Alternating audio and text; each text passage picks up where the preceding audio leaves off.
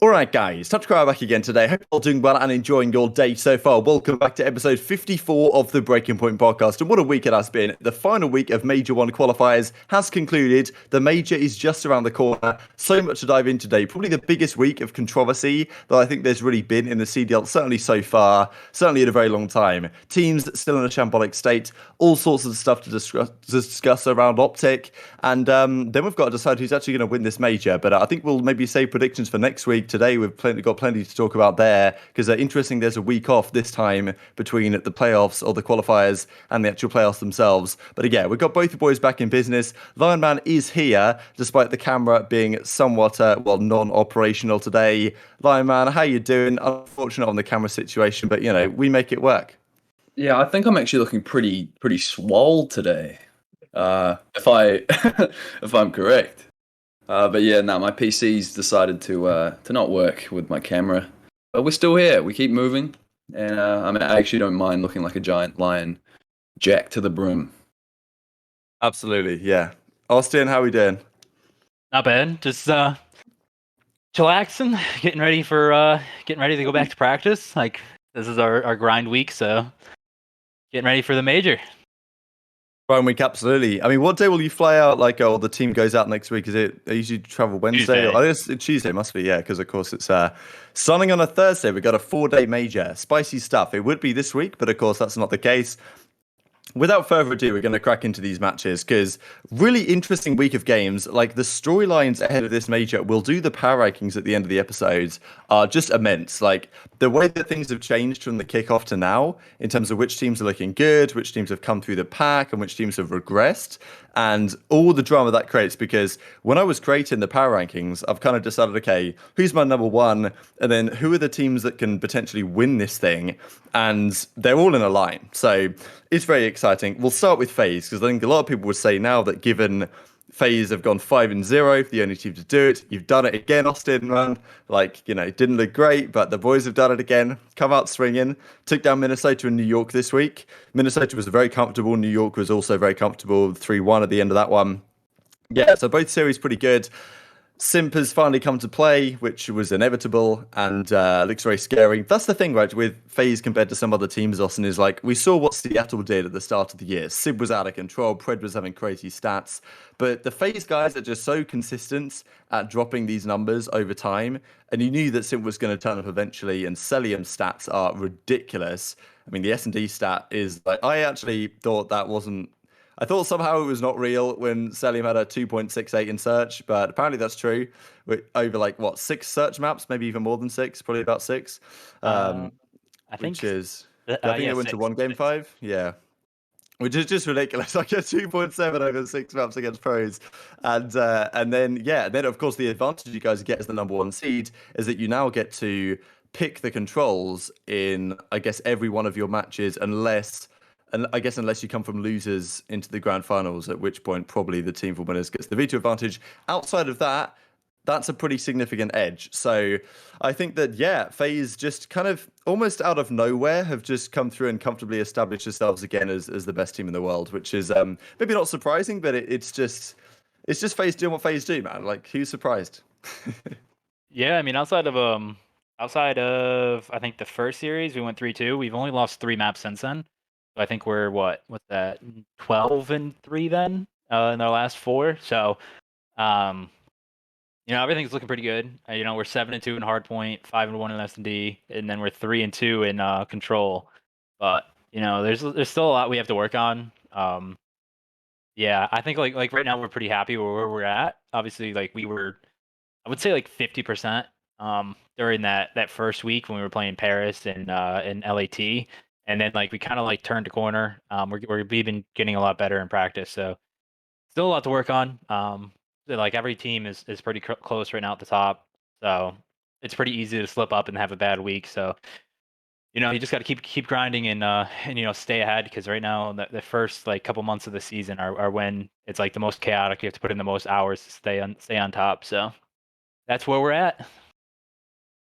Austin, can you read out Simp's stats? Because I just want to know what he's doing. Because usually we're used to seeing him at a 1.2 across all game modes.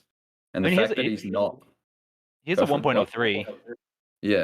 and he has a 1.5 in S&D. So it's just basically he's like one of the sub players on GRVTY, which is where like his control KD is a little bit lower, but he's actually doing a really good job in hardpoint too. I think a lot of it was really overblown because right now he has one of the highest engagements in the league, so he's doing like good work on that front. So yeah, I mean everyone on our team's actually doing really well. It's across the board. Yeah. Does he have higher engagements than Abizi? No, but Okay. I mean, like So, That would be tough. he's doing about 24 kills and 23 deaths per hardpoint right now, and Abizi's at 28 kills, 22 deaths. So it's about a 2 engagement per 10-minute difference. So is he and 28 kills and then 22 deaths? yeah, Abizi What's his is KD? 1.25 in hardpoint. Oh! That's what I mean. Like all 4 of our players, like if you look, That's insane. Like I feel like that's come out of nowhere. You know what I mean? yeah, like that's the thing is like right now, like everyone talking about like right now a lot about MC or Chris doing like relatively okay compared to what his normal numbers are, but everyone's kind of missed that like Alec has a 80% win percentage in opening duels right now. Tyler has a 1.25 in hard point. Like there's actually a lot of like stats where we have a lot of like guys just leading in right now that it's unexpected just because right now like obviously MC is kind of like stealing the show with his stats. Yeah. Wow. Just goes to Seems show. like you guys are the only team that can, regardless of the situation, always find a way to be on top, which is, I mean, it's just a testament to your guys' talent. It's pretty crazy. And the team behind them as well, like you guys, the whole coaching staff. It's great. Well, I mean they're just working really hard right now. Like that's one thing is like it just reminds me a lot of like the Michael Jordan doc. Like obviously I'm not comparing ourselves to that, but like the way he used to find like ways to stay motivated every day and always have he always like took everything to like the next level to like motivate himself. Like that's what our guys are really good at right now. They're Yeah, like is that why Simp's talking shit? I mean, it's just like every game where there's like a motivation for us to keep going, which is something you need. Like when you're a top team and you reach the top, it's really easy to start slacking and just fall down and like stop working as hard. But if anything, I feel like we're working harder in practice right now than like in years past. Like we're like I don't know, they put in a lot of hours. They're always watching VOD. They're always just going really hard every match. So and there's still a lot of stuff we could fix, which is crazy. So we're still like just you just got to keep your head down, Still like like 80%. yeah, no one cares if you're working hard. You gotta keep performing. So Yeah. that's just where we're at right now. That's really impressive though, because I feel like, as you say, it's kind of good in a way that you guys in the team still have a bit of a chip on your shoulder in the sense that because you've dominated the scene for quite a while, and there's obviously a bit of, there's always some talk about, okay, FaZe, maybe getting discredited in certain situations for the accomplishments, right? And there's always that kind of thing, got to prove it again on a new game, prove it again and again, which is obviously helping you guys keep the motivation up, which is scary for the opposition. Another team that looks very scary this week, they had a decent week, but they go into the major at 4-1, is Los Angeles Thieves. And I was very surprised. I was watching Deserto's reverse sweep, and out of the 4 teams, the 4 of them, they all predicted their winner. Doug predicted New York. We don't even talk about that. So that's just a blank off the start. But all the other 3 guys, that being Parasite, Enable, and Eggs, all predicted LA Thieves to win this event, which, no one picked fate, which I was surprised at. But still, I can get their point and their logic, because the logic is they're the best hardpoint team in the game right now. They beat Paris this week. They beat Toronto this week, which was obviously very impressive. But Toronto this week had a pretty torrid time. Granted, they didn't have the easiest matches, but they had a pretty torrid time, which is a surprise given that FaZe and Toronto have kind of been on those leveling playing fields for quite a while now. And then Toronto are kind of the first team, really, of the 2 to have like a big slip-up week, right, and not look like anywhere near their normal level, which we'll see if that changes when they get back to LAN. But yeah, I mean, hard points for Los Angeles Thieves continue to look pretty incredible. Their control and search can be a little bit suspect, but if they go up 2-1, their GRVTY hardpoint is disgusting. That's not one you want to face them on, and if you have to ban that and still play the other guys, and their chemistry looks great, the comms, a lot of people talked about the communication from the small talk from Octane and the rest of the guys was really on point, and that was even done online, right, from the LA facility. And look, that might not be the biggest deal nowadays with the servers getting better, But still, that's a point of discussion that they managed to pull this off despite the whole online situation on LAN. These players like that even more. So I think that's why a lot of people are having Los Angeles Thieves as certainly up there right now with FaZe as potential favorites for this event. And I've been really happy with how they've performed. It's great to see Octane especially. I mean, all the guys have been killing it, but it's good to see Octane kind of back on a team that can win and he feels confident can win and actually playing at the level we know he can, but also seemingly really motivated to get back to that point because it's been a while since a great personality and player like Octane has been in a position to actually challenge, which is good to see again. What do you think about this team, Austin? Like, are you scared about a potential matchup? I mean, I'm not gonna use the word scared, but like I'm not gonna like underestimate them. Like right now, they are really good at hardpoint. Like I feel like us and them are like the best two. I think I think they're 8-2 and we're 7-2. But like I think LA Thieves are probably the best at GRVTY, and then like I think they're 3-0 on Tuscan. So they're really good on both of those fronts. The only thing like their only weakness you could say is S&D, which is they're 2-4. So they just have to clean up that. I think once they get that going, like that's when, because like right now, if you're bad at S&D, you got to be like pretty much closing out series kind of early. So that's my only worry about them necessarily. I still think I would still put them number 2 right now. I think they're really, really well. They're really like their hard points really well like drilled. It's just getting the other two like to a point where you can consistently beat other top teams in. And I think once they get there, they'll be really good. Especially when you have like Envoy and Draza. Like those guys are really underrated for the well, Envoy isn't, but Draza is really underrated for his S&D. Envoy is really good at S&D. Kenny's really good at S&D. Eventually, those guys are going to get on that page if they're really good at that mode. So if they develop that, that's when I think they'll be like consistent championship contenders. You know. Yeah. And they're going to the major first round against a team that they just kind of handled pretty easily. Do you think that they, going into LAN, will have the edge over Toronto? Because I think that's quite an interesting storyline. The fact that Toronto had such a tough week, but they're the current LAN champions, if you will. What do you reckon? I think Toronto. Like, I think right now I would pick LA Thieves over Toronto, just because Toronto is like their slang is just not there. Every single one of their players right now is negative. Like there is not one Toronto player with a positive KD, and you know that's something that where, like their teamwork fed in. Like because like I don't want to sound like right now their teamwork last year was so like good and drilled that it made the game easier for them, which made their slaying come like really like easier for them, and everything just kind of came right. And right now it seems like they're almost playing really aggressive in a lot of these modes. That's what I'm like noticing. They're playing really, really aggressive. So I don't know if that is necessarily like suiting them the best because like they all like even Insight has a 0.98, Cammy has a 0.94. Like it just doesn't look good. Like their Slayers aren't killing it, and even like Cammy and S&D, Cammy has a 0.59 in S&D right now. So Bloody hell, that's actually shocking. yeah, so there's just stuff they have to tune up. So right now I would definitely take LA Thieves over them.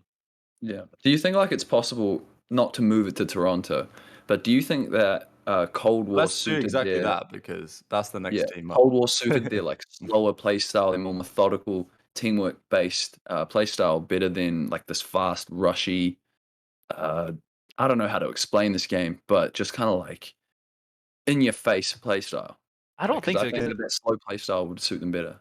like looking at all the data from the first like stage, like this game, a lot of people think it's really aggressive, but it's actually really rotational heavy. Like a lot of it is rotating and being able to get that early like spawns, making it easier on yourself.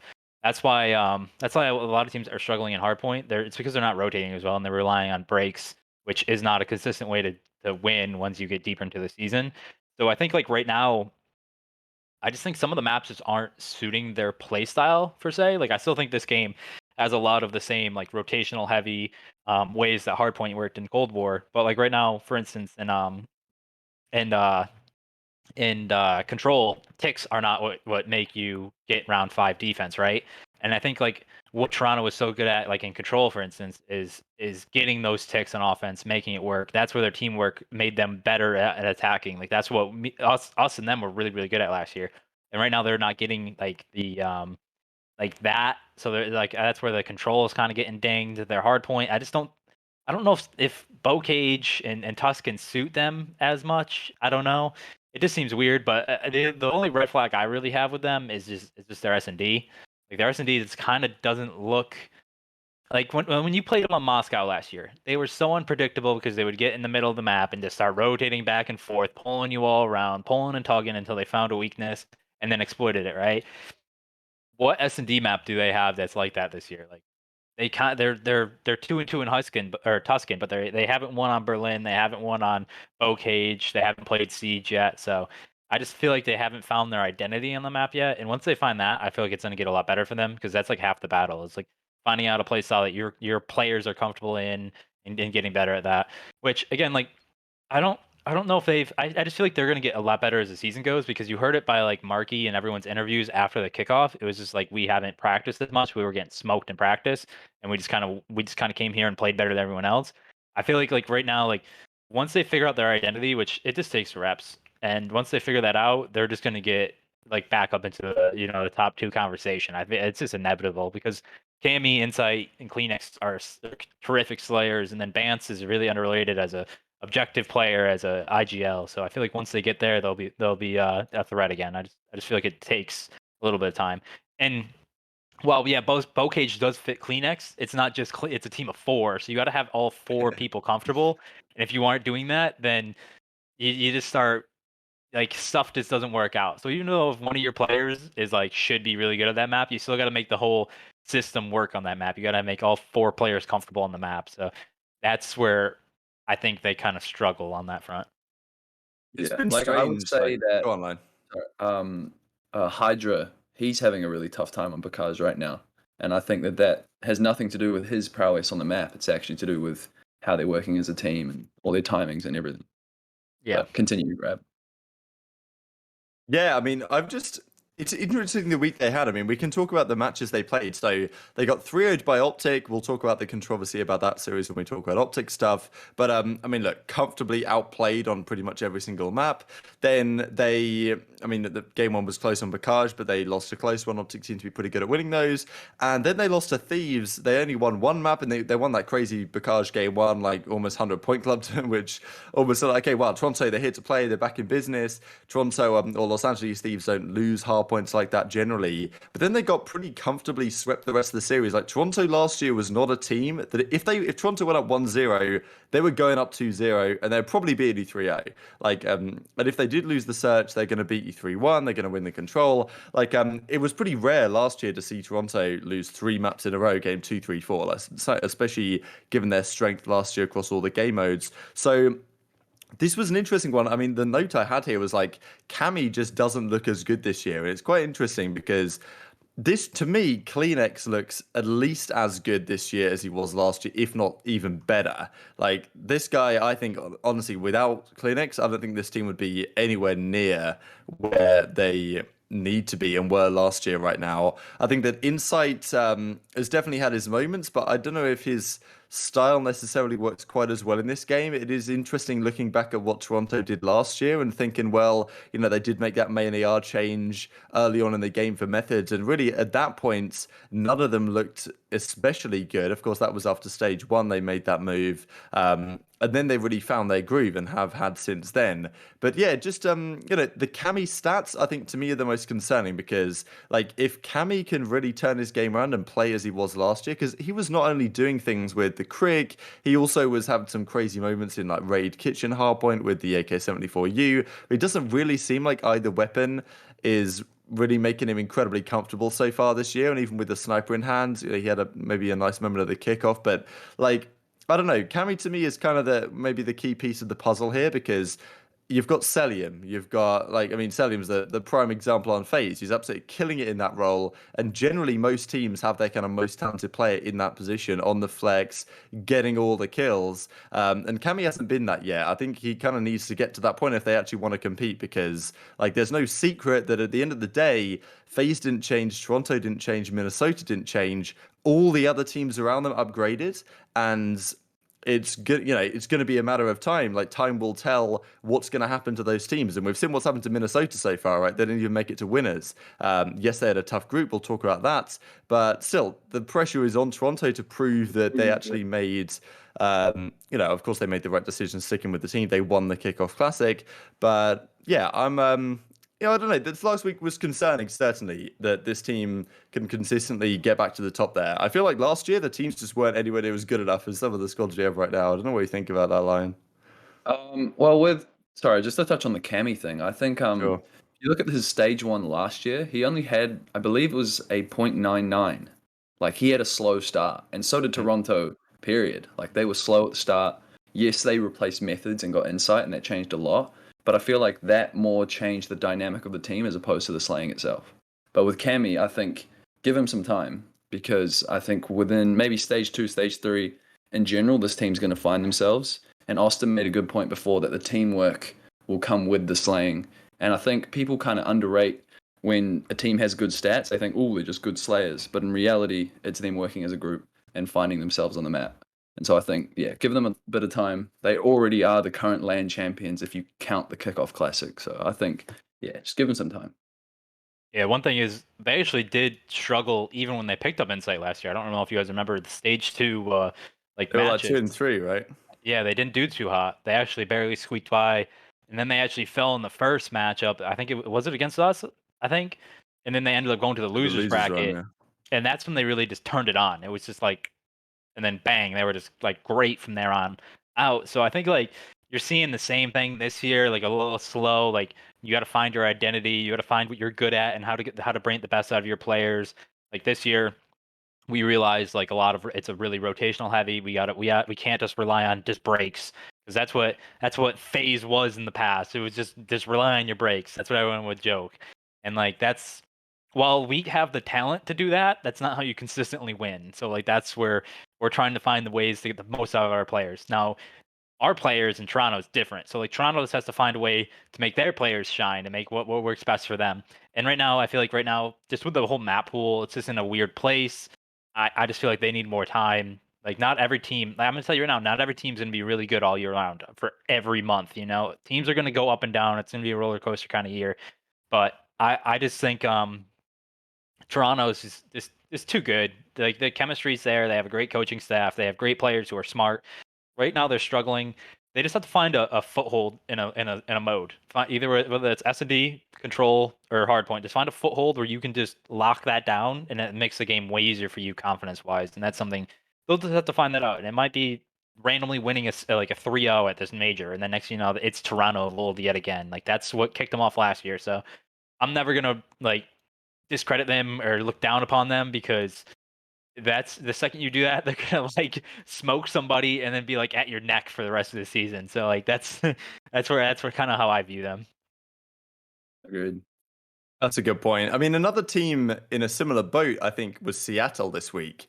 And they had a similar week in terms of they have had an interesting start to the stage. After what they did at the kickoff, losing in the grand finals to Toronto, there was a lot of promise about this team coming forward. It was Sib and Pred hard carrying every series. I mean, Mac was actually kind of underrated, I think, in some of those wins. But I mean, yeah, Sib was consistently dropping like a 1.3. Pred was there with like a 1.1 with crazy engagements. And then this week, like, and in fairness, they had to win a couple of crazy game 5 round 11s against Toronto and against Minnesota, right, to even be in the 2-1 position I guess they were in. And then this week they play Florida and then they play London and they get, I mean, handed by Florida. I was really like, man, Florida's a weird team. I don't know what's going on anymore. Like they just come out and just decide, okay, today's the day. We're just going to play like gods and we just win, which is like, okay, well, fair enough. Florida always have that like 25% chance they're just going to body you because that's just what they do sometimes. But I mean, still, a great team doesn't get 3-0'd by Florida in that manner.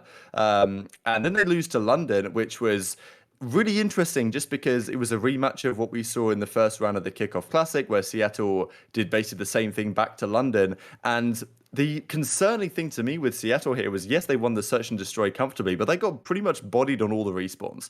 Like, London just talent-wise just looked way stronger. And a lot of that was because Sib and Pred, these two series this week, just didn't turn up, right? And that's the thing. When we looked at the start of the year, it was like, okay, Sib is the best player in the game. And then you now look at where Seattle and FaZe are. It's like, okay, well, FaZe have the talent, but the talent actually turns up every single series. And in Seattle's case, hasn't been the case the last two series. Like, and it seemed like there was some frustrations creeping in. I mean, Sid was kind of talking about the coin flip situation, which obviously isn't great, about the control map, the way that's decided. But I don't know. That's the challenge that they now have after a difficult week. They've now got to figure out, how do we hit this form consistently? And when we do get frustrated and are off the pace, like how do Accuracy and the rest of the guys and the coaching staff manage that to get Sim and Pred performing at that level again? Because if they're not like if Accuracy is your main slayer, as he was in like both of these series, then you're not going to win. And there was some talk about the communication as well not being ideal. So yeah, interesting decline, I think, Austin, really here from Seattle. They obviously had a great start. Definitely aren't looking at that level right now. And going into the major against OpTic is by losing this and falling off as they did. Toronto as well. They find themselves with a challenging seed for the major. Therefore, they have a tough first round match against a very hot OpTic, at least in theory, on main stage in front of the OpTic fans. It's they haven't given themselves an easy run here at all. Yeah, like I don't want to be too harsh on them, because like this is what happens when you have like a younger team. You're gonna have these roller coaster swings where it's a learning curve. That's why they brought Lamar in. That's why they have Sam and Brandon over there. Like they're gonna have these learning curve moments where they're gonna swing up and down. It was inevitable. It was always gonna happen.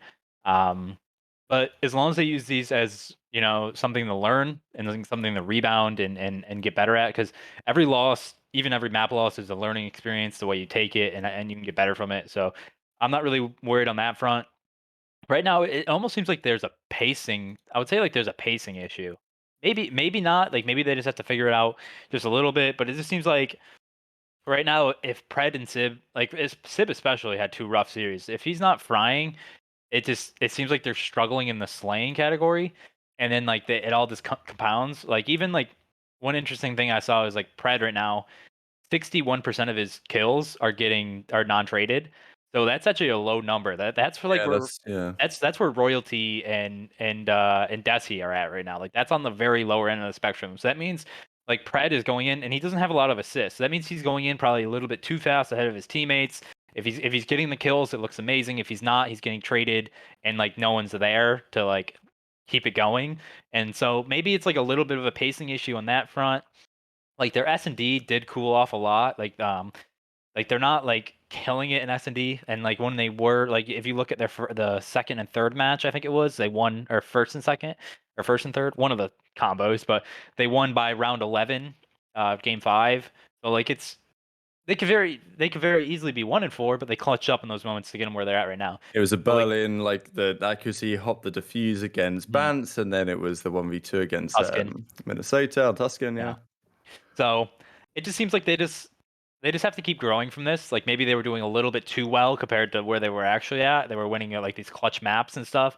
And it's a growing curve. Like Pred and Sib are like extraordinary talent. They just have to learn. Like being on the pro level is different. It's just different. You're being anti-stratted. You're being constantly watched. It's a different level of gameplay. So like sometimes you're just gonna get into those like you're just gonna get put in the blender, but you gotta stay confident, you gotta stay motivated, take those on the chin and learn from it, and then just come back even stronger. So and of course, again, it was 2 online league matches. Granted, it wasn't pretty.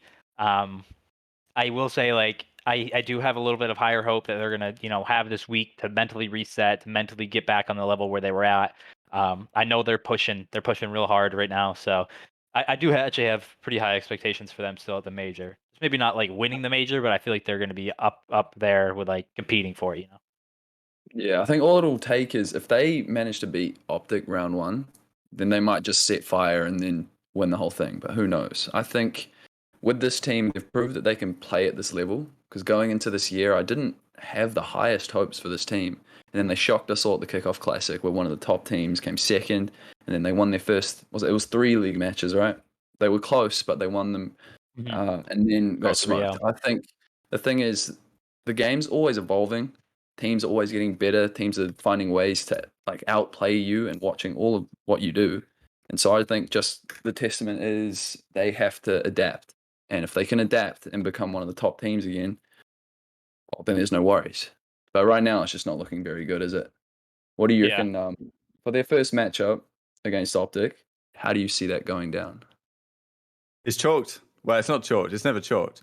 But I mean, I don't know. I feel like OpTic are actually next up here, so this is perfect kind of segue to discuss them and the matchup that they will have is like, you know, it's not just that.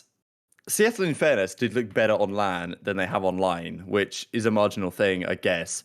But at the same time, this LAN is OpTic's LAN. It's in Texas. There's nothing OpTic want more, especially coming off the great couple of weeks that they've just had, than coming out here really storming. Like they feel like this is a great chance for them. They have fantastic momentum. They're playing a Seattle team which is kind of wounded from this past week. Like OpTic are gonna smell blood, and like they're not gonna be intimidated by this matchup one bit, I don't think, which, you know, could be even good for Seattle, but I don't reckon it will be because that's the thing. You've got, Prid, I don't really think it's necessarily going to phase him, right? The whole crowd scenario, but you never really know. At the end of the day, this will be the first time these guys have really faced like a monstrous crowd just cheering on the other team and probably getting booed as they walk out, all this type of stuff. The atmosphere will be different. Scump gets a two-piece, the crowd's go mental. I just think that it's going to be very difficult for OpTic to win this one.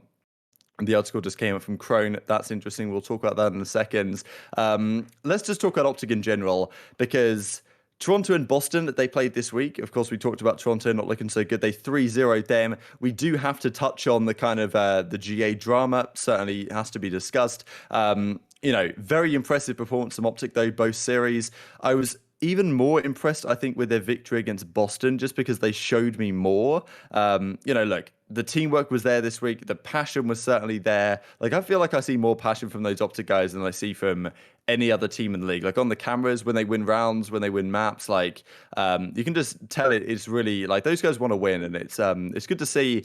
And against Boston, they had to show a lot of resilience, a lot of clutch factor. Like they were down 1-0. They lost a close GRVTY hardpoint. Arguably, they shouldn't have even picked that map, but that's another conversation. OpTic with the vetoes, classic stuff.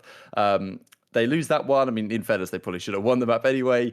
They kind of threw away the final hardpoint. They go down 5-4 in the Tuscan Surge, and they come back and win. And that's a really massive round, because I feel like the OpTic of a couple of weeks ago would have gone down 2-0 there and struggled to bounce back in the series. In fairness, Boston made some weird play, round 11. Don't know what they're playing out on offense, but it is what it is. They bounce back. They win the series, the next two maps comfortably, and that is how it goes. But the first series, like, we do have to talk about, before we get into the GA drama, like just thoughts on OpTic in general, Austin. I mean, they've obviously had a big bounce back after the first two matches, both Game 5 round 11 losses. There was a lot of talk about, is this team actually going to succeed with this roster? They've definitely silenced the critics the last couple of weeks or so, and actually go in with, they was to talk about, they're going to be losers for their major. They actually end up with a 4th seed, which is rather impressive.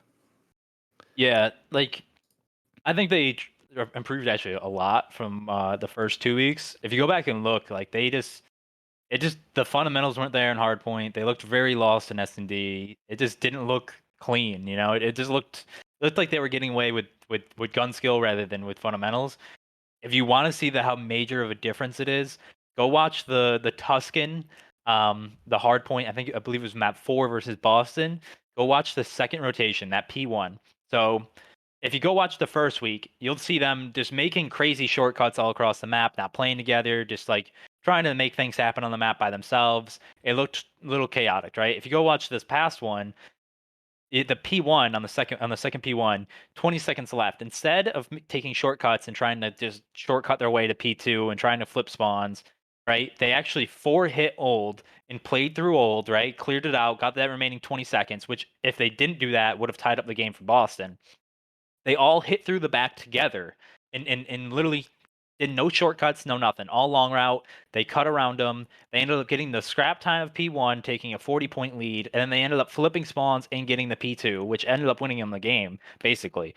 So if you go back and watch the first 2 weeks, that was not there. It was just missing. And then you go back and watch this week, you start seeing some of it, get there. You can kind of see where Troy and Ray are like on them to start not taking shortcuts, not be so reliant on your gun skill, because nowadays everyone can shoot. It's about actually playing correctly on the map, making it easier for yourself. You can't make it harder on yourself, or else you're just gonna be digging a deeper hole for yourself. So I liked how they did that a lot better. You can see on S&D they were being more aggressive. They were opening up the map. One thing is, Dashy finally, it was finally like Dashy returned. He was really struggling the first three. He actually came back. One thing is like Illy actually came back too, which is I think it's pretty key for this roster because right now Seth is really struggling. Not really struggling, but he's struggling like on a personal, individual level. He's not playing too hot. I think everyone can see that. He has a .97, but even like some of the matches you see, like, yeah, I don't know. He just has to find a groove for himself. So until that happens, like Illy has to be that third star. Um, just in case that's why Dashy returning was so important, like actually having good series. But Illy has a 1.03 right now. He has a 1.1 in hardpoint.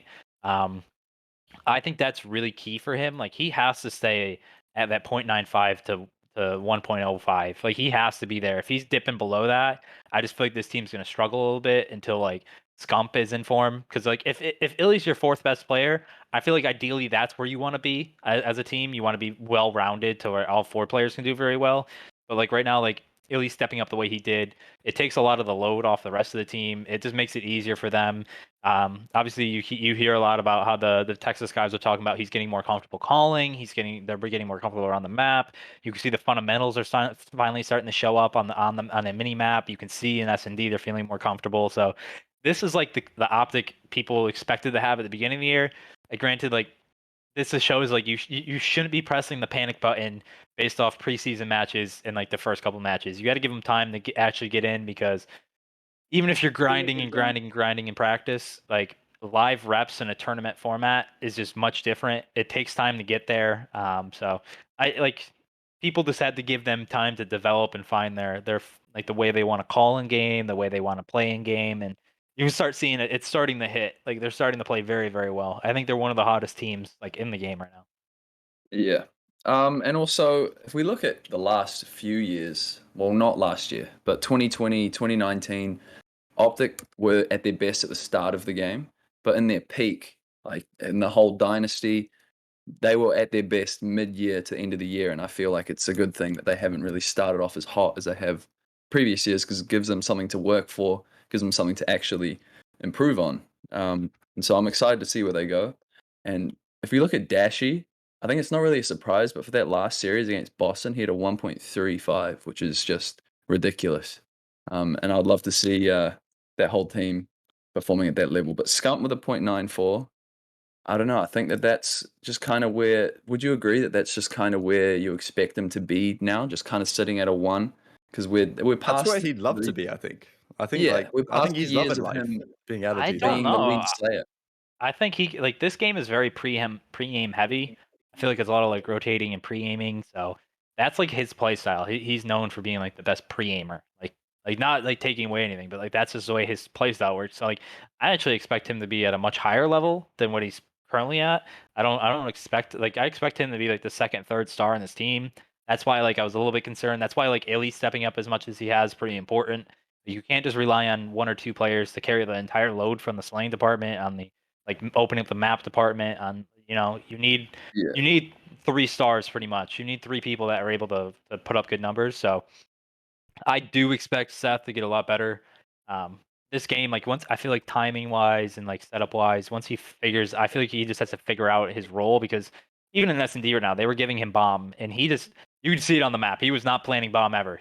So like he's uncomfortable with the bomb, right? So that kind of handicaps him there. So he just has to find what role within the team suits him the best and then, play that way. Because he should be I would say he should be a lot better than his current statistics show. But the fact that they're like winning right now, you can see the fundamentals. Like it gives you time to develop your game, like your individual game. If you're scraping by wins like this and playing well, it takes pressure off him. Like because right now, if they were losing, people would be at him, right? But right now they're winning, and so no one's coming at him. No one's even saying anything individually. It's not even like he's doing bad individually. He's just not popping off. So like I feel like once he finds his actual footing on what he wants to do on each part of the map, then he'll get a lot better. But yeah. But again, would you live agree that reps. he's the most likely on this roster to give up good stats in order to have the team improve? Like No, if you I look at would the, I would say Illy. I you would not sure? say Seth. Yeah, no, I would not say. Even though Ellie's new to OpTic and he's new to this whole pressure, do you not think that he wants to perform stats wise to not be the No, scapegoat? no. You Okay. first off, like you can just see it like plant wise in S&D. Like go watch one of their Berlins. I forget what it was. Illy just literally beelined it to B-bomb and planted it knowing he was going to die. Like, that is a play. You're playing to win. But, like, Yeah. I'm not taking away for anything from Seth. He's trying to play, like, his game right now. But, like, when he had bomb, you can see on, like, Tuscan, they're just kind of, like, sitting around, not planning, not being aggressive. You could tell he felt uncomfortable on the map, right? I feel just like Illy's the person I see, like, giving up statistics for the team win. I would say that's their player that's doing. That's their Alec, like, for our team. Yeah. Like, Alec just gives up anything just to make everyone else better. You need one of those. Every team needs one of those guys. If you don't, then you find yourself thinking, like, if nobody wants to fill that role, then you're fucked. That's when you're in a tough spot. But yeah, I definitely, like, Illy is like the clear cut guy I would put for that role. Which Yeah, is and with why the bomb. Sorry, go. which is why I'm more worried for him because he is new, and I don't want him to get. I feel bad because I feel like he's gonna get cooked if, like, this team starts losing, because, like, he's not a statistics guy. That's why I'm saying he just needs like a 0.95, and then to make the plays around the map, and that will just that's all they need out of him. They don't need like 1.1. They don't need a 1.2 out of him. They just need a 0.95, and for him to continue making good plays on the map, and he'll be good. But Yeah. that's why, like, I'm worried that people are going to overreact, read too much into these numbers, and then just roast him, even though he's the one that's helping make other people better. Yeah. If you look at Shotzzy, though, the last 2 years, he was always the bomb planter for Dallas Empire, and he would always give up his life, be the one who gets first blooded, just because he was always dedicated to Well, getting to that site. Do you think that he should be the bomb planter for this team? no, because the reason why he actually had bomb so much in that is because he was going a little bit too rogue. And so they thought if they had him keep bomb, they can kind of rein him in.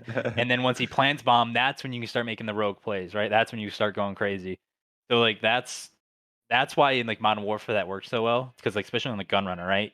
You would have to go to bomb, get that down. If you notice, they were the fastest planning team on Gunrunner that year, and he would just literally run there, get bomb down, and then he could just play like that, just annoying play style where you're just sliding around, getting timings around the crates and in bathrooms, and that's where he was the most annoying. Right now in 4v4, the map isn't as clustered, so you can make those plays more often, which is why I don't want to see him with bomb. I'd rather see him kind of exploiting the map and see where he can, get into. That's where I like having Illy be the bomb carrier. I don't think necessarily your SMGs should be like the bomb carrier, like 100%. So, especially if Illy's comfortable in that role, I feel like that frees up Dashy to take more aggressive peeks than they are. It frees up, Seth to have a lurk. That frees up, Shotzzy to be more aggressive in the front. Like, that's the best team composition I see. Like, maybe that isn't. They'll have to keep playing around with it. Obviously, they have been playing around with it a lot over the past couple matches. You could see. I think they've had 3 different bomb carriers. So, yeah. I don't know. Yeah, I think my perspective on the Scump stuff is, like, the way I think he'd be happy because he knows he has more potential than what he's showing right now, and I think he was in, like, a bit of a slump last year, and maybe it was stage 2 or something, and then he had, like, one big series and it picked him up and he had the confidence again. But I think at that time he was slumping and the team was losing, and then it's, am I the problem? All this type of stuff. Like, I think Scump knows when he's playing a bit better than he is right now and dropping 1.05s. If Illy keeps up this level, which is going to be tough, but, like, if he can take a little bit of that load off Illy, then the team's potential is through the roof. So I think that's why. And if anything, like, if I'm Scump at this point in my career, I don't mind if I have to do a bit more dirty work stuff and just do what it takes to get the team to win. It's what a lot of veterans have done as they've kind of got older in their careers. Is, like, Scump's not going to be the guy dropping a 1.3. He's not there to be the main slayer anymore. But anyway, the GA stuff, we've got to talk about it. So Shotzzy accidentally puts on the F8 stabilizer on the MP40 game 1, an attachment that, to my knowledge, is not even banned on the auto, but it's banned on the MP40 because I think, like, damage range and also the accuracy stat, which I believe refers to bloom, might be wrong, but You're right. it's it's a marginal. It's obviously an increase to the point that the pros decided, let's not use it. It's not officially banned, but it's G8. So Shotzzy puts it on by accident. Now, this, first of all, you could say this shouldn't even be allowed to be happening, right? You could design the CDL rules such that you can't put on attachments that are GA'd or banned, which is what you could do back in the day. Like Black Ops 3, for example, you could design the rule set with all the things that are banned and load up the rule set, and then he wouldn't be able to use that class in the game if he had that attachment selected. That's one thing. Not the case. Lots of topics here. I'll just kind of discuss the talking points, and then I'll throw it to you, Austin, to give your thoughts. So Aches was saying, how did it take until after map 2 for this to get noticed? Because everyone talked about it on the timeline during game 1. It took until all of game 2 for Rambo to tell Shotzzy, hey, it's time to take it off. You might, and of course, they take a break after the game 2, but, still, you could have argued that maybe OpTic should have been more, someone in the Hex quarters definitely knew that was going on and could have said something, I guess, after game 1. In fairness, Shotzzy apologized. Completely unintentional. Toronto had their frustrations with it because they pulled it out game 3 and kind of talked about the potential double standards of this. As is the FaZe guys, like, if this had been another team that had done this against OpTic, would the reaction have been different? Because generally the reaction is, hey, look, Shotzzy, unintentional, he apologized. It's not not the greatest thing in the world, but still, it's not the end of the world. Whereas some people say, would the reaction have been different if a FaZe player or a Toronto player had done the same thing against OpTic? You could argue it would have done. And then there's this whole blacklist discussion which came out yesterday, where supposedly, at least according to Enable, there were pros in the GA chat saying, hey, like OpTic, I don't know, I guess they were thinking, I don't know exactly what their thought process is, but the pros were very frustrated about this, much more so than the fans, and I get that. But there was even talk about, okay, should we blacklist OpTic from scrims, like back in the good old days? Which obviously that's never going to stick nowadays, but apparently it was talked about. So those are all the talking points. I'll just throw it at you, Austin, to give your thoughts, because you're like more in tune with what the pros think from that kind of perspective. And I don't know what your team was thinking about this in general, really. I mean, the thing with GAs is like, there's no punishment for breaking a GA. Like, it's just public like ridicule. So like, even if it does happen on accident, like, there's nothing you can do about it, you know? So like, Toronto's kind of just like fucked no matter what. The attachment, it's substantial. It's not serious changing. Like OpTic still would have won that series pretty convincingly. I think. If anything, I know Toronto knew after map 1, so if anything, like maybe Toronto was tilted to map 2, but I don't really think that makes a difference. The thing with the attachment is it makes it way better to fight MP40 at any distance, because it takes away bloom, it adds damage range. It's just the attachment makes the submachine gun really, really well. Again, I still think Shotzzy would have been doing good. It just helps with a couple of gunfights here or there that changes the game. It is what it is. I think you can't take it back. It happened. The thing is like at this point, I just wish GAs were the official rules. So like, I don't know if you remember in Modern Warfare, Lacefield used a restricted perk, and they had to forfeit the map. Like, I don't know why this thing is GA'd for a reason. I don't know why it's not in the rule set. I think it's because it's kind of hard to put it into like the official game because you use the F8 on the auto, but you don't use it on the MP40. So I think like that has something to do with it. Oh man. I don't know for sure though. It could be anything, but that's just my thing. It happened. It's not going to happen again. It sucks. Again, there's nothing you can really do at the end of the day. And for like him using it map 2, I mean, obviously, I just don't think none of the players or none of the coaches were on Twitter. I think that's actually perfectly reasonable. Yeah, it might be fair. Like, they're in the game, they're focused on the game. It happens, especially because map 1 and map 2 happen really quick. You have like map 1, 5-minute break, map 2. So like, you're not going to go in there and start looking at Twitter. You're going to be talking about what's going on, what you did right that map, and then focus on the next map. You're not doing anything crazy, which is why like he just didn't know. It's shitty. It happens. I don't know. It happens. Nothing you can really do.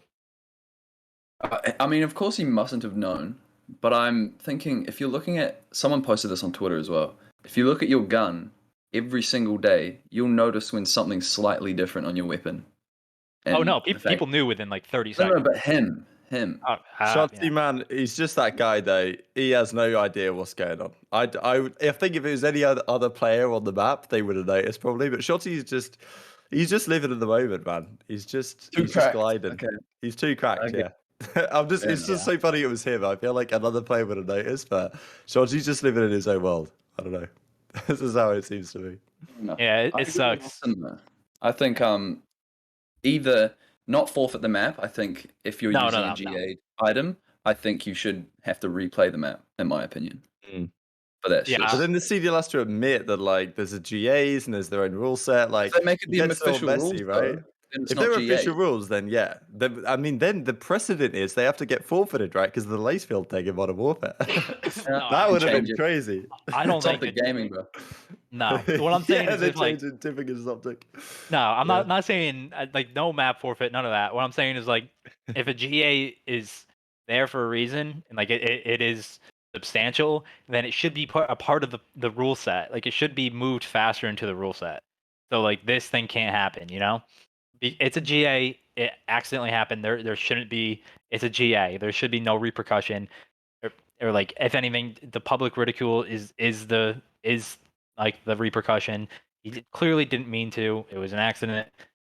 He's gonna get a shit for it. He's gonna move on. It is what it is, you know. But what I'm saying is like the process from going from a GA and then from the GA to the official rule set needs to be quicker, and there needs to be able the way to restrict the items inside of the game, so accidents don't even happen. So this doesn't happen on accident.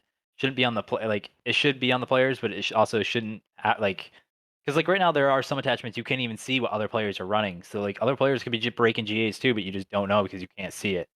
It is what it is. So Yeah. sucks for On this Toronto, game, but yeah, big L. On this game, can you restrict items in the pregame lobby? Yeah, because that's I don't think ridiculous. so. I don't think so. When was the last time that actually was like normal? Black Ops 3? Black Ops 2 was really good, but even as Austin says, I don't think you could like restrict quick draw on just the VMP. Like I don't think you could do that. couldn't you? You used to be able to, yeah. You do actually do it to that specifics. I'm pretty Like, sure, yeah. bro. Because I thought you could restrict the attachment, maybe not like on the specific weapon. Oh Like, no, yeah, no, it would be like all I'm of the saying, attachment, yeah, like you could restrict the F8 stabilizer in Black Ops 3, but you couldn't say, oh, you can use it on the auto, but not the VMP. Like it would just be banned in the game. And even if they had in Black Ops 3, like you wouldn't be able to perfectly replicate that, as Austin was saying. That's kind of the issue. Yeah. But still, we don't even That's have the always chance issue. to try, do we? So that'd Yeah. be nice. But if it was the That's just official the issue with rules, GAs. Yeah. yeah, if it was the official rules, you could like the CDL or not CDL, but Activision could definitely restrict it on that gun just for that, you know. But it is what it is. Yeah. Agreed. Let's move on to New York. Interesting team this week. They go 1-1. Congratulations. They won a series. Look, they were better. They had royalty in now. They snuck out to win against Boston. They're still going to win a hard point to save their lives, which isn't good. But in fairness, there was lots of talk about their decisions in terms of what maps they're playing because they play a lot of Tuscan, a lot of Bacage when their team feels like it should fit better in some of these more traditional hardpoint maps, such as Berlin, which you guys played against them, and they played pretty well in that map. I thought, all things considered. Look, I still can't see royalty as a long-term plan and fix for this team. I think he's been put in a tough spot. New York, frankly, have had a shocking start to the year. There was even talk about the potential of Neptune returning once he plays the way they want him to play. But even then, there's talk about like, do Crim and Clay have the right idea about how they want Neptune to play? Like, should their fourth player be that kind of hill bitch player they seem to want them to be, or should it be someone who can join Hydra up their front? It just seems to me they've got kind of a pacing issue right now. And also because they've got an awful seed, they're 11th or whatever, or 10th, was it? Maybe 11th actually. Yeah, 11th. They have a shocking bracket because, well, first round they play either Toronto or Thieves. So, it's not going to be easy, is it, by any means? And there's been talk about, okay, if one of Clay and Crim has to go at some point, they can't really make that move yet because there's just no other teams that are really making moves of that caliber to open up the trade opportunity. So New York just find themselves in a tough spot. And the issue is, to me, is if they come in here and lose to, let's say Toronto win a game 5 against Thieves, and then New York just lose to Thieves in 2 hard points, it's like, what do we learn, right? We didn't learn anything. We don't know what's going on. We have no more information about how we are as a team. Where do you go from there if they come top 12 at this major? So, yeah, questions on the New York front. What do you think, Austin? You just got to come through and do as best as you can this stage. I feel like this one's not. It's pretty much just chalked for them. I don't think they have really too high expectations for this.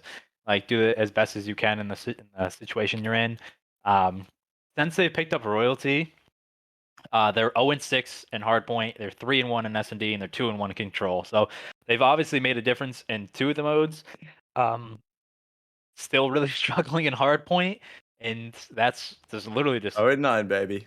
they're just getting outslayed so hard, just consistently outslayed. So you can still get by with that if you do the old Minnesota ROKKR method, where you just do good in 2, 3, and 5. That can work for teams, whether that's consistent method to win games or win Can't win series. championships like that. But yeah, so they'll have to find something. You can't go 0-6 in hardpoint, but they got to find something there. If you can stay like 500 there and then be really good S&D team, you can like start progressing. The thing is with like S&D is I feel like they might like regress a little bit, just because like right now they have one person above a 1.0 in S&D, or they have one person above a 0.9 in S&D, and that's Crim. Crim is a 1, and everyone else is doing bad. Like tough. they're all struggling in S&D. So like the fact that they're 3-1, you know, one of those games was Hydra popped off, right? That was the bow cage, and on Tuscan, they're just planning really quickly and doing really on offense. So as you can see, when they played, I think the only loss they have in S&D was to us actually, on Tuscan. So they have to figure out a way to expand your map pool and be consistent in S&D, win some hard points, and just continue what you're doing in control. They're doing pretty well in control. So yeah, that's just like my thing with them is it's not going to come right away. It's going to come with repetitions. It's going to come with, you know, learning the game together. I don't think they know how they want to play the game right now, and like that's what's affecting them. You can see it like their ARs are playing really fast, their SMGs are playing really slow, and like they just have to find a way to make that work or flip it. Like right now, I feel like like Clay and Crim have always been really aggressive ARs. That's how they're being in this game right now. Go and look at it. Like last year, Crim loved being super aggressive. He was one of the best opening duel ARs in the league. Clay had like the highest damage within one match on that raid control. Those two guys just love the fly, and they're both trying to fly right now.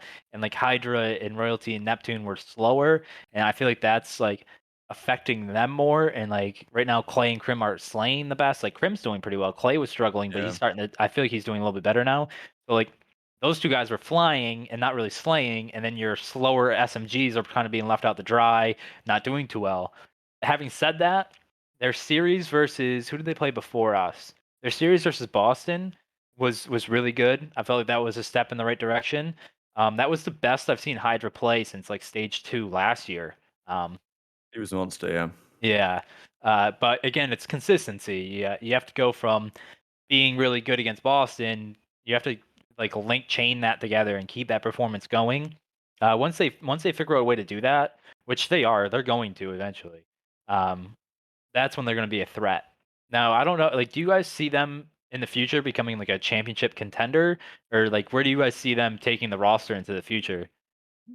What do you think, Lion? In my opinion, I think they just need to find, unless Royalty and Hydra can pick up their pace, they need to find two SMGs that can match their pace.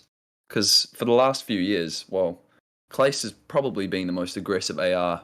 Maybe in, well, could you compare another AR that's more aggressive than him? Ever? The last couple of Awakening? years, it's tough to Awakening say. last year. He was flying last year, but this year obviously he's on a sub. When I have Slayer rating, which is the projected amount of kills a person would get in a 5-game series, and like I weigh like the maps now, so I try to like weigh it as best as I can. For ARs, you have like Gizmo. Gizmo has one of the highest ones right now, but it's usually all SMGs up until Cammy. Cammy's in 12th, and then Kenny. So like those guys, like I don't know, I like it. It goes SMG, SMG, AR, SMG, SMG, SMG, SMG, SMG, SMG. Like you have to have your SMGs up there to be a consistent threat, and that's not what they have right now. So they have to find a way to get there. Find a way to either slow down the ARs to make that work for them, or maybe their method would even work with like Crim and Clay being highly aggro when like their individual performance is as at a high level, like as we've seen it in the past. Because like if Crim and Clay can play like they did it last year at points and still have that highly aggressive way, it could work. They could be really good that way. But like right now, Clay started a little bit slow. He knows that. He's been playing a lot. He's gonna get back up to that level. But like that's where I don't know. It just seems like that's the hard point is killing their confidence and it's affecting them and everywhere else, and it makes them feel worse than they actually are. So they just have to find ways to continue building that confidence, and feeling like they can take maps off of anybody, even if they can't. Just have that feeling you can go into matches, taking chows, being aggressive, trying to find lanes in the map. Don't turtle up. They'll get there eventually. I feel like they just had a couple. They weren't practicing a lot in the off season. They had obviously Hydra went back to like France for a year or for a couple weeks, and then Clay got COVID, and I feel like their practice has been really broken since the preseason. Once they get like they've been getting constant reps, or not, then they benched Neptune, so like everything's been kind of like fractured for them. Once they get consistent practice, once they get their confidence back, they're going to be in a completely different place, like in my opinion, to where they are right now. Yeah. And you made the point, and a lot of people make this point, like be a 2-3-5 team. But has there ever been a 2-3-5 team that has consistently won or won a championship ever? Doesn't happen, man. Hardpoint's the most important game mode. Like the What's the closest would be stat? It's Toronto last year. weighted. Like Sorry? Toronto was very, very good at 2, 3, and 5, but they kept their hard point at like 500, which is what you need to Yeah. do to make that work. You can't just be horrible and hard point. You got to be if you're gonna be a threat in those two modes, you got to be able to steal like a map 1 or steal a map 4 to like bring it to a map 5. You got to be able to extend series that way and grind them out. Yeah, it's like ROKKR, even though they are considered a 2-3-5 team, they're still decent and they keep maps close in hardpoint. And they'll win the old one, which is like you need to actually be a Yeah. 1-2-3-5 team as opposed to a 2-3-5. Well, how did they beat OpTic? They grinded a Berlin hard point and brought Yeah, it back. exactly. Like you got to be able to do that on some of these maps if you're going to be a 2-3-5 team, because you're never going to be able to have 100% win percentage on S&D. It's not Yeah. possible. Or You got to be able to control for steal that one. matter. Yeah, you got to be able to steal one of the hard points, and like you got to be able to find a map. You got to ideally at least one, but you want at least 2 maps, especially with only 4 maps, because thank God for vetoes, right? You basically just need to find one map, maybe 2 that you're good at, and be able to steal those, and then that just work from there. That's where they need to get. They'll Yeah. get there. There's probably only been one team, which is EG, that hasn't been like a top respawn team in the game that has won champs. Yeah. Pretty much. I mean, that's the thing with New York. It's like, in theory, they should be. They don't want to be this team that's in this conversation of like, oh, how can we make our team work that we maybe can compete? Like, they want to have a roster that's going to be dominant across the modes. And like, I don't know if that's going to happen with this team. We'll just see how it goes with the major, right? I mean, they've got a tough time. If they win like 2 series there somehow, maybe they beat Toronto and then they beat Minnesota. Like, we might have a different conversation about them. But I think that they've still got to be thinking about the iteration of their roster. I have one more question quickly. Far away. Austin, what is Crim6's first blood percentage this year? Because he's been the best for the last 2 It was years. insane, but then it probably fell off the last week or so. It's he's got 8 first bloods, so he's 53% win percentage, and he gets 0.14 per round. So it's middle of the pack on both of them. Yeah, the kickoff, it was insane. So I guess, their Search and Destroy hasn't quite been where it could be.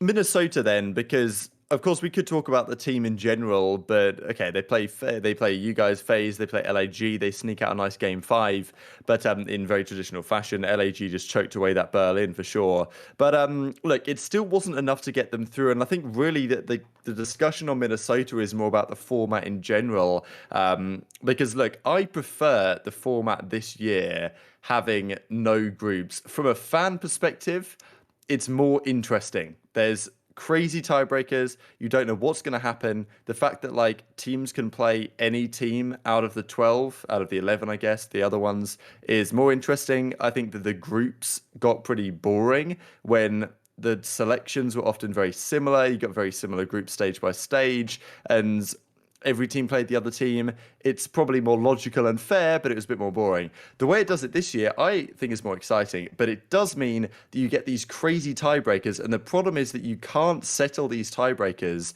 by head-to-head-to-head map count as you would do last year, because not all the teams are going to play each other in the tiebreaker. So what they do instead is just say, okay, straight up map count is going to decide it. The problem with that is that Minnesota were complaining about is that they had the worst map count out of all the tied teams, but they had to play the best of all the teams out of the 5 matches they played. Now, I would probably argue that, like, look, you went 2-3, just go 3-2, like, you know, just win. But some teams are always going to find themselves on the short end of the stick here.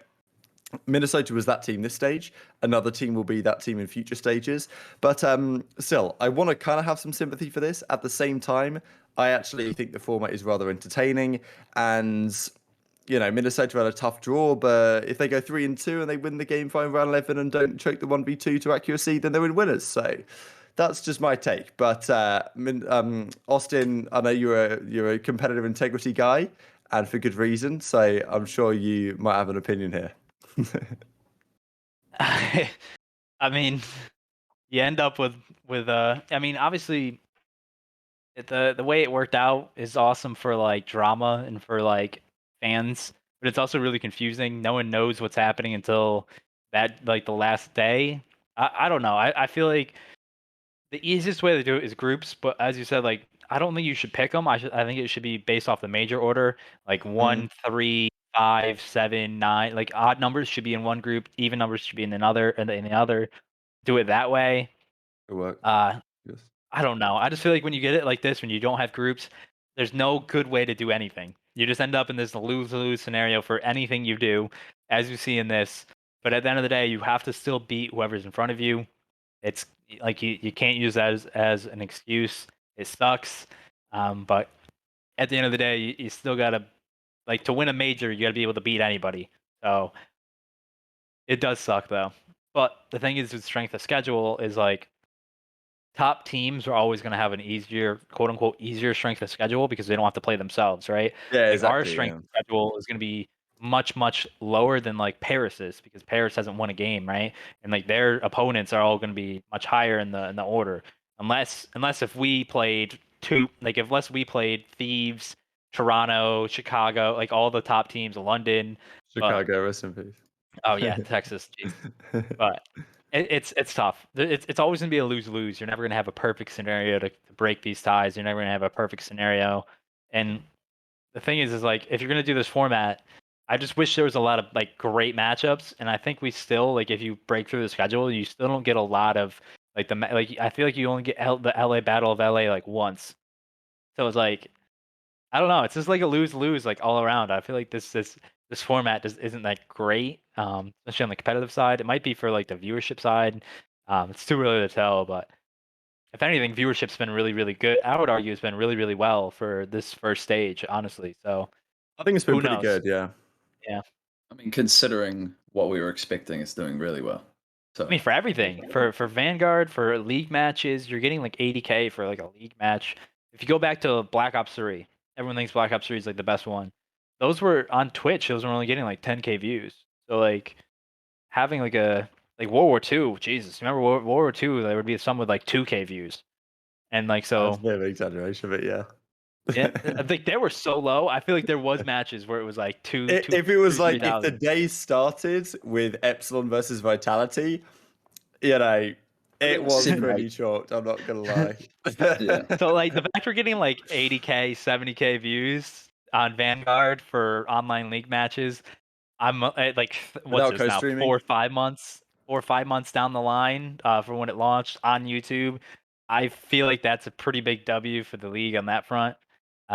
Obviously, I feel like it could be a lot better if we were in different scenarios, but in the current scenario we find ourselves in, I feel like Make it work. they're making the best out of it. So Yeah, I mean, small think W's. about we didn't really touch on this yet, but think about year 2 of Modern Warfare 2, right at the end. Think about those viewers, boys. Oh baby, yeah, they're through the roof. 17. Yeah, just 17. We'll have to talk about that next week, because I actually forgot to add that to the topic list, but I think that would be a good one to talk about next week, because we'll have no matches to recap, and all the implications that might involve.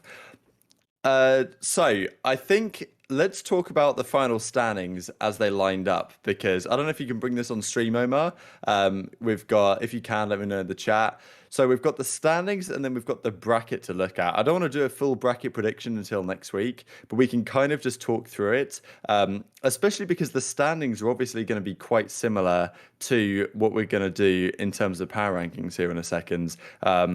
Good stuff, Omar. I love it. So, yeah, the standings are FaZe number 1, Ravens and Thieves tied at 4 and 1. And then we've got OpTic, Surge, 4th and 5th, both at 3 and 2. And then 5 teams at 2 and 3 with the crazy tiebreakers, New York and then Paris. So, yeah, quite remarkable stuff. And that means the bracket, if you can bring up the bracket, Omar, is as follows. So, first round, we'll just talk about the first round games because I think this is probably the best set of games that I've seen in a very long time. Like that Thursday is going to be absolutely packed from start to finish. FaZe Breach is first up. I think that's probably the least interesting of the lot, at least in theory. Who knows what Breach are going to do, but have been somewhat underwhelming to me lately. OpTic Surge, we talked about that one, right? And what Surge need to do there, but also it should be a good match for OpTic. And of course, what everyone's looking at there is that if OpTic win that and FaZe win that, then it's OpTic FaZe round 2. So that's a very reasonable potential. And then the lower side of the brackets is absolutely beautiful. Like we've got Ravens Gorillas, which is a rematch of the only game that London lost in their regular stage was to LAG. They won all the other ones and they lost to LAG, which I was quite surprised about. And now they're playing Slasher and Co on LAN. So I think this is the scariest matchup London could have got round 1, realistically, based on who they played so far. And given where they placed, like what seeding they got, right? This is probably the worst team they could have played against, but we'll see what they do. And then at Thieves Ultra. So it's just banger after banger, to be honest, Austin. Like, I just love the matches we have here day 1. And there's going to be some cracking matches this weekend, just even after this, obviously. Who would have thunk, man?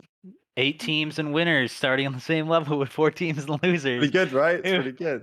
Who would have thunk that a double win bracket is the best way to play Call of Duty with everybody starting 8 teams starting in the front. So I am extremely excited for this bracket. I think this is like the best format for the majors by far with 12 teams. Obviously, if you had 16, we'd do it differently, but 12 teams, this is the best you can do. So matchup wise, the first matches were always going to be bangers. Like I feel like that's going to be like amazing. Every one of those. I feel like every match there's some great storylines there that you can really expand upon. So I'm actually really excited to see, how these go because I think like almost every single one of these teams I can see like making a deep run. So who knows? The bracket on COD Gamepedia is different to the bracket that the COD League posted. Which one's the real one? Because I the believe one the on COD COD League one. Gamepedia. Okay. But who do they have? Let me know. They have second round. It will be the winner of Toronto, LA versus Seattle OpTic.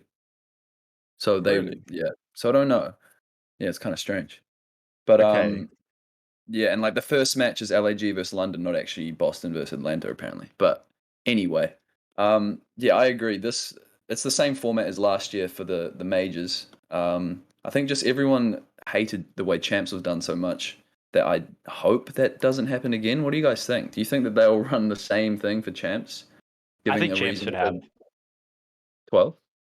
Yeah, I think no. I think Champs should have only 8, and I feel like there should be a punishment because that is technically the playoffs. Champs is no longer the Champs of old. That's why I hate that they call it Champs. Technically, I think it should just be the CDL playoffs, because that's what it is. It isn't COD Champs. It's CDL playoffs. There should be punishment for having a bad season. It's not like like who's the worst. It's not like the Portland Trailblazers are going to be able to get a free ride to the NBA playoffs because they did shitty for an entire season. I feel like that should be the same thing for the playoffs. So like I'm fine with like having the majors with 12 teams. The playoffs should have implications for the entire season, and that's what makes all these matchups. That's what links them for across the entire year. That's what doesn't like break it up into separate tournaments. It's the whole thing connected because of that. Yeah, you actually mentioned the Portland Trailblazers. They're the 10th seed. and they're going to make the play-in if they stay in that point. So they might actually get a free run to the playoffs. I can't even remember who's the worst team, man. I thought they were bad. Orlando and Detroit. Okay, Detroit's not making it in, right? Like, no, they're not. Good point. They're not. Yeah. There we go. Damn, you caught me I don't there. really have much else to say on the bracket. Like, I think just excited to see some good matches, honestly. From New York, what do we think? Let's just talk. I mean, this is the thing. If you've got a bad seed, this is why I like the way it works. Just because if you have a bad seed out of the online games, like you're just in a tough spot. Because, for example, Florida with the best seeds, they get to play the loser of Atlanta Boston, which you think is going to be Boston, and therefore they get to play against the 8th seeds as the 9th seed. Whereas if you're Paris, you play the loser of Texas and Seattle, which will be the furthest seed away from you. So I just like the way it works. It works out that New York Subliners are just in a really tough spot playing the loser of Thieves or Toronto and then potentially Minnesota, London or LAG after that. It's going to be tough. But in fairness, they looked better at the previous LAN. Yeah. Any final thoughts, guys? Because we're going to do power rankings here in a second. Nay. No, like yay or nay? I just hope they continue, because like this is like the best format. I just really hope in the future everything is as close to the CWL way of running stuff. Like, I just hope it's the double limb. Like Call of Duty always needs to be double limb. Call of Duty always needs to have like groups that lead into a double limb bracket. Like this is what Call of Duty is, and like having it be single limb, having it be all these weird buys is just not Call of Duty, and that's just how you break away from the past. So keep it as close to this as possible. This is the best format we got. They get the thumbs up from us. We got to give them credit when they deliver, and they're delivering on this tournament. I think it's going to be a banger. Omar, bring up the power rankings, baby. We're rolling through. I don't know. I go through my ones first if you want. I kind of was thinking, what's going on here? Omar, let me know when this is up on the screen, because we've got a banger to run through here, I think. Austin's are going to be different. Lines are going to be different.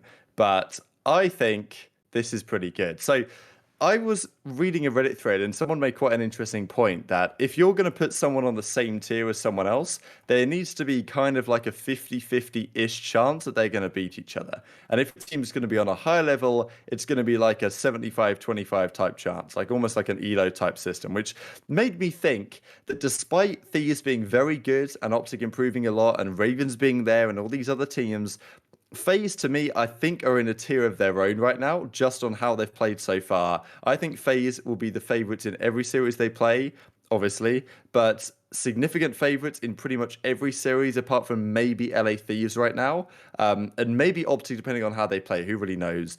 But yeah, to me, I just think FaZe are the team that is very hard to see someone beating them. They're 5-0, haven't lost as of yet, really have hit your guys' stride.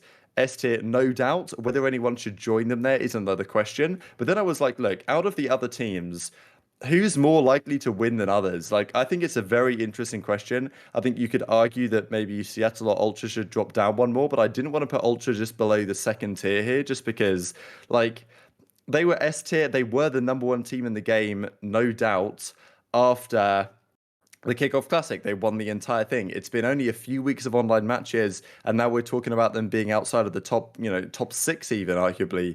So, it makes me think they still deserve a shot in there, because Ultra, they've not placed outside of the top 3 for any event for the last year.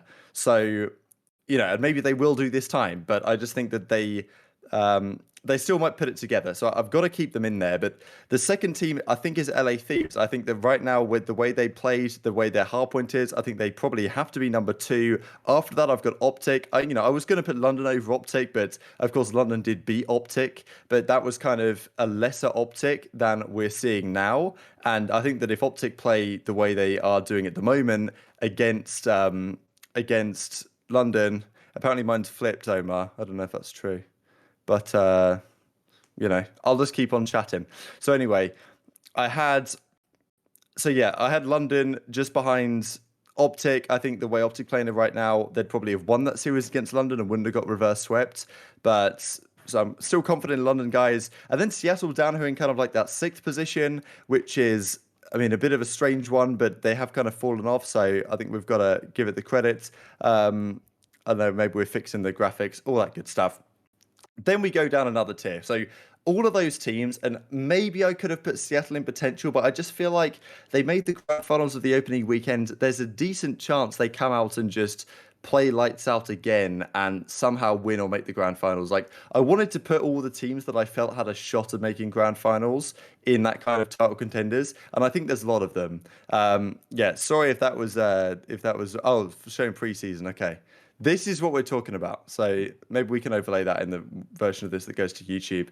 But okay, then we've got the potential tier. So these are the tier of teams that I don't think are going to make the grand finals or even do that much special. But I mean, yeah, Minnesota ROKKR, Los Angeles Guerrillas, Boston Breach. ROKKR are above the other two. I think just about. It's very close to call. Despite having a loser's seed, I think who they played, they're probably good value for money for like that 7th slot. Then Mutineers, then New York, then Paris. No brainer. We'll talk about Paris actually in a second because they're making a roster move here. But yeah, that's kind of the bracket I've got going on, or that's the power rankings I've got going on. I think it's okay. I think there might be a few things I'd switch around, but I just was excited putting it together of like, there's 6 teams I can see, maybe even more, making the grand finals here. And there's at least like 4 teams capable of winning it, I think, Austin. So maybe we can show Austin's one, and then we'll do lines. Beautiful stuff.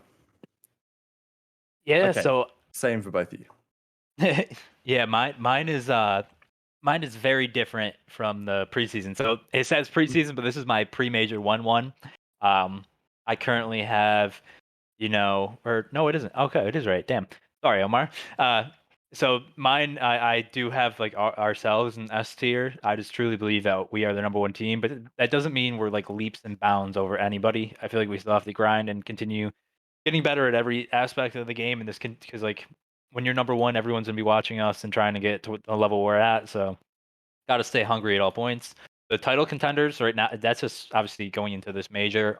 I think these are the 3 hottest teams outside of us. I feel like LA, Texas, and London they have like elite game modes, and then the other modes are very good for them. So like that's something I think you need to have to be able to win a tournament, is have like your one go-to mode, which for like LA Thieves is hardpoint, and then be able to take other modes and be able to be good at other modes. And that's what, they may be struggling in S&D, but they can take S&Ds, they can take controls, and that's what's going to win them, series moving into the deep end of the bracket.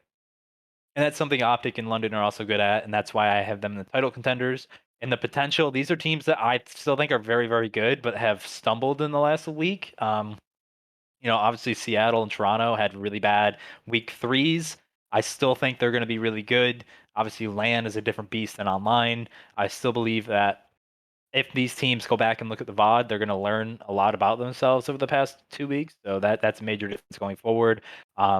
Again, potential for me means that they can still potentially win a tournament, or they can potentially still be in the little slump they're in. So that's what I have. The next tier is like teams that have like unpredictability, like they're not consistent. So you have like LAG, Minnesota, Boston, and Florida. I think all 4 of these teams have modes that they can win, right? But it's just the consistency. Like for instance, like Boston. Boston was one of the best S&D teams, but have now lost 3 S&Ds in a row, and they are one of the worst control teams. Their control stats are actually scary. They have a 0.76, 0.97, a 0.83, and a 0.93. So they are not very good at control. So that's like what this tier is. It's like they're very good at one mode, but then I don't have too much faith in the other ones, or they're really like inconsistent. But the thing with all these teams is, while I don't know if they'll win this major or be in the grand finals, I feel like these teams could easily knock off somebody they're not supposed to beat, and like people are gonna be shocked by them, right? Like Florida, I think is one of the most underrated teams. They're like pure gun skill, pure gunny. If you're gonna match up and play their game, they're gonna beat you. So you got to remember to play your own game, play fundamentally correct, and like try to battle it out that way. Same thing with like LAG. LAG is really good at hardpoint. Minnesota's really good at S&D. So if you let it get deep into the series, they're gonna be hard to put away. So none of those teams are bad. I just don't know consistency wise if they have all 3 modes down to where they want it to be, or they're in losers bracket. For the bottom 2, these are teams that I just don't think, like, they're just kind of going through the motions at this next major. They're obviously going to be trying to get as much practice as they can and take this. Obviously, they're going to take it 100% seriously and try to win. I just think if you start in losers, it's always going to be a tough task.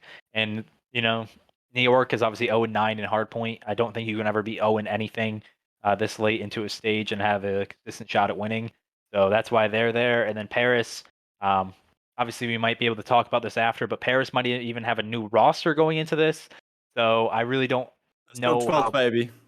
I don't know how much practice they'll have. They might have a honeymoon period, but until I see them play, this is where I'm going to be putting them. Yeah, comments on your list.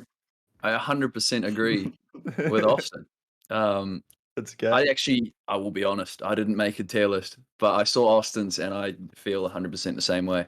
I just think maybe Ultra could be in that like second tier. I think it's a little bit harsh to judge them off how they ended that stage because they lost full against OpTic, and then I feel like that was momentum based. They just didn't show up for the next match because I can imagine that they're still a little bit in their heads about that situation. So yeah, Land's a whole new animal. I can see them being really good, and if because their first round matchup is against LA Thieves, they get over them, especially with how hot LA Thieves look right now. I can see them going all the way. So right now, yeah, pretty much the same as Austin, but I can see Ultra definitely still being in that title contender / S tier potentially. Everything else same. Let's talk about this Paris move then, just as we close out the episode, because rumors have come through from Crone while the show has been live this evening that Paris Legion are pursuing a change. They're looking to replace Decimate and Felony. I guess just fellow. Remarkable, first of all, they're looking to make a change. Can you believe it, ladies and gents?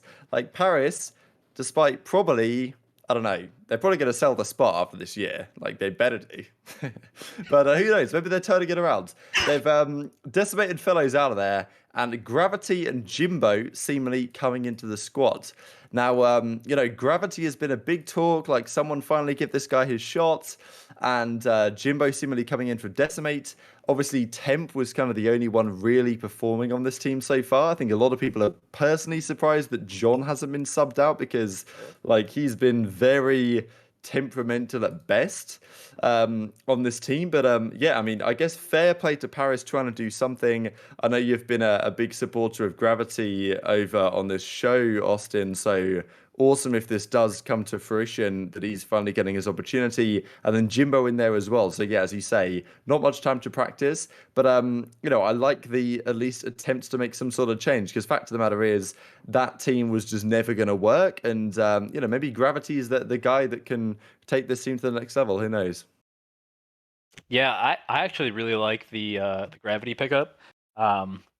Look, Fellow might have been struggling in games, but honestly, Fellow was their best player in practice. Obviously, when you don't practice during matches, but he was actually really, really good in practice, which is what I always thought was always crazy. It just didn't translate into matches that well. But I think their SMG line has been really struggling. Obviously, Donnie Temp was their best player currently. So the writing was on the wall that something was going to change. Obviously, if you're going to take out Fellow, you need a main AR, because Fellow was playing that main AR role. You need a main AR to come in. I definitely think if they do go the route of Tom GRVTY, that is an excellent pickup. I feel like he has been, since Black Ops 4, that man has been he should have been in the league. If you look at it, Black Ops 4, he was part of the FaZe Black team, which was Asum, Celium, Simp, and oh my god, they're going to kill me. I can't remember who the last person is. But Phantoms. And then GRVTY. Every single one of those guys have made it into the league at some point, besides Tom. Then you go into last year, right? Westar, was just running stuff at the beginning of the year. Every single one of those players, Zap, Paul, and Jesus, I am so bad at this. Zap, Paul, and I can't remember who the other guy was. But which team was this?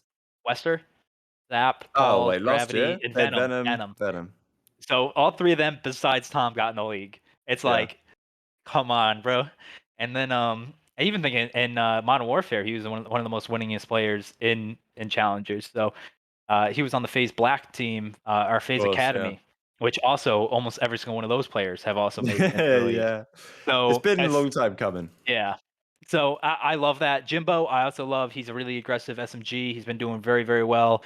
I think those are two terrific pickups if they go that route. I did see Crone also tweet that there is another option that they're considering, which, look, I just like that Paris is thinking about their options, thinking about what their weaknesses are, and are trying to do that. That is a step in the right direction.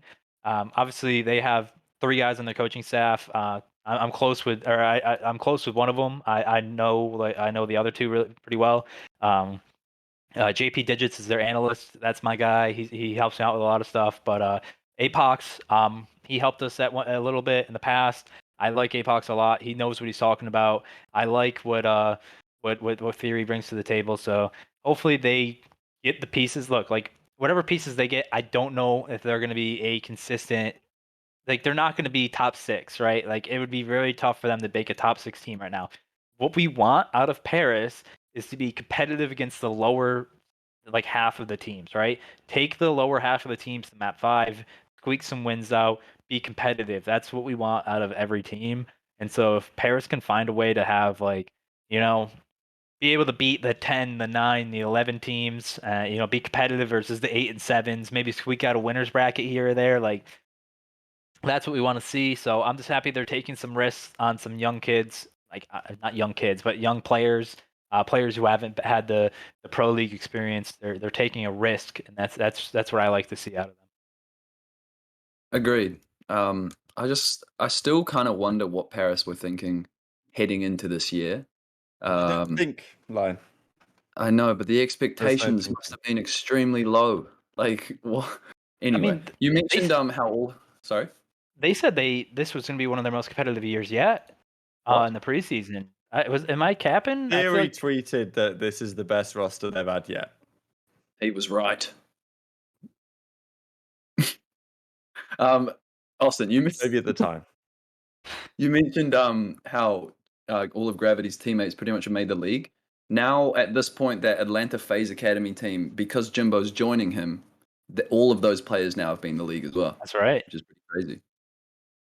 But yeah, high hopes for Paris. I really hope that they can turn around, but I don't know, bro. It's been Look, a pretty rough 3 years, hasn't it?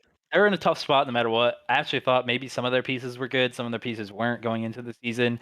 They were one of the hardest working teams. I know that. They were scrimming a lot.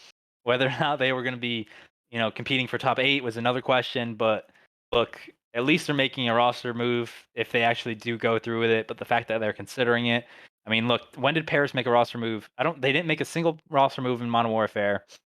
And then last year, how long it took them a It minute? took them a while. I mean, the Zaptius chain. I mean, no, they brought Temp in after the LA Thieves thing. That might have been stage 3, and then they I brought think it was stage Zaptius 2, in. no? Might have been. It could have been Oh yeah, stage because 2. they bench fire and Yeah. everything on stage Might have 1. been stage 2. I mean, But they tried. yeah, I just hope they're competitive at one point. Like I just want them to be able to.